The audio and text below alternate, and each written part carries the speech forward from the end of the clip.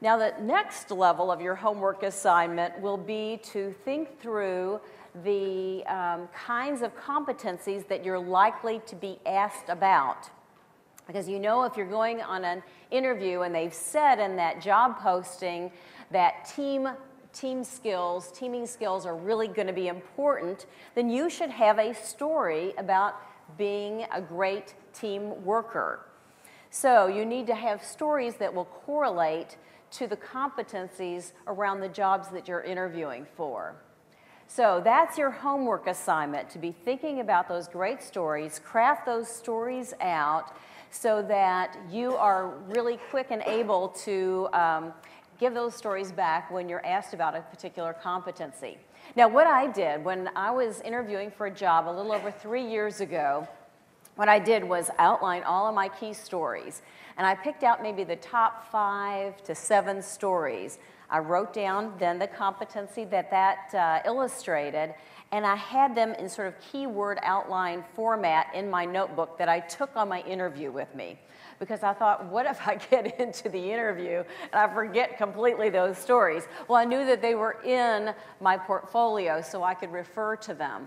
And I would suggest that's something that you might want to do as well. Now, I ended up not using my notes at all, but it was just reassuring knowing that they were there in my notebook. So that's something I might suggest to you.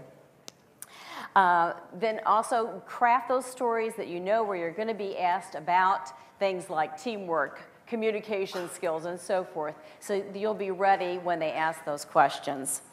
Now, something else as you're thinking about making sure your story is complete, many folks who have been trained on behavioral interviewing will be looking for 3 key components, and these should be included in your story.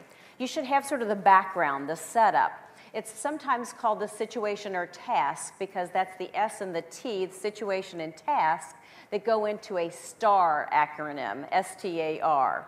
So first you want to have the situation or task with a background, the information that kind of sets up the story. Then you want to have the action that you took.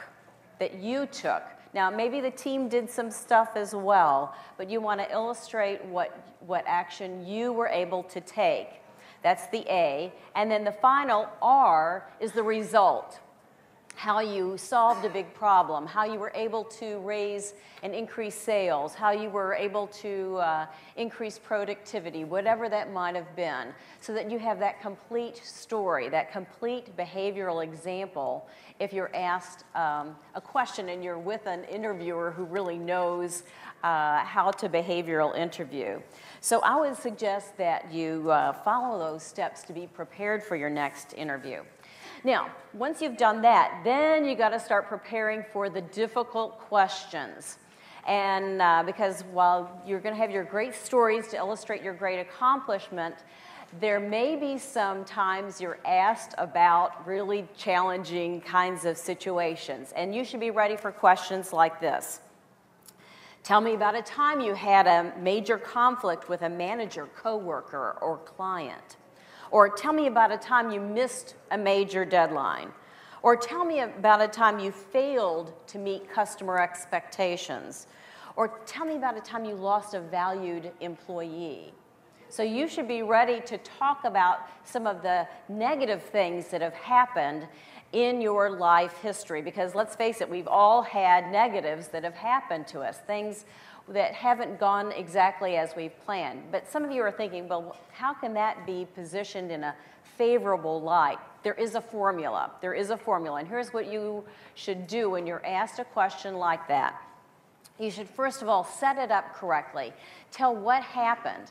And you want to make it very, very logical that because of the circumstances, of course you took this action, and of course there was this unfortunate result.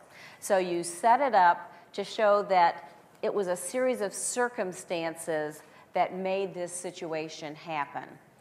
Now, the second component is this is what I learned. You know, there was a lesson learned. I learned that when I do this, it results in this. When I don't plan enough ahead of time, then I'm not prepared for the unexpected things that are likely to come up and cause me to miss a deadline or what have you. And then the final piece, the most important, is this is how I make sure it never happens in the future. So that that employer knows that, yeah, you've made mistakes in the past, but you've learned from them, and you now have checkpoints that help you navigate around those issues. So that's the formula for answering really those tough questions. Now, I think we all have to admit that we probably have skeletons in our closet. And I know I have a skeleton in mine. My very first job I was fired from. And so when I went on the next job interview, I was thinking, okay, now how am I going to explain that? That's pretty bad. I was fired. And I really obsessed over that. But here's what you should be doing, is thinking about how can I answer that in a very positive way. Is there a way to spin that story, to share it in such a way that it shows that you've learned from it and that you are going to be able to deal with unfortunate situations in the future? For example, in that situation about being fired, what I decided I would do is share the fact that, and it really was a bad employment fit. I really was in a bad job for me at that point in time in my career. It was a bad fit. I also didn't go on to say it was a really bad organization, it was badly managed, and I didn't go into all of that. And that's sometimes a temptation, because sometimes you have been fired from a job or let go from a job where there was poor management, there was favoritism, there were negative things going on, but you don't want to badmouth your past employer. It's not good practice in the interview, because that current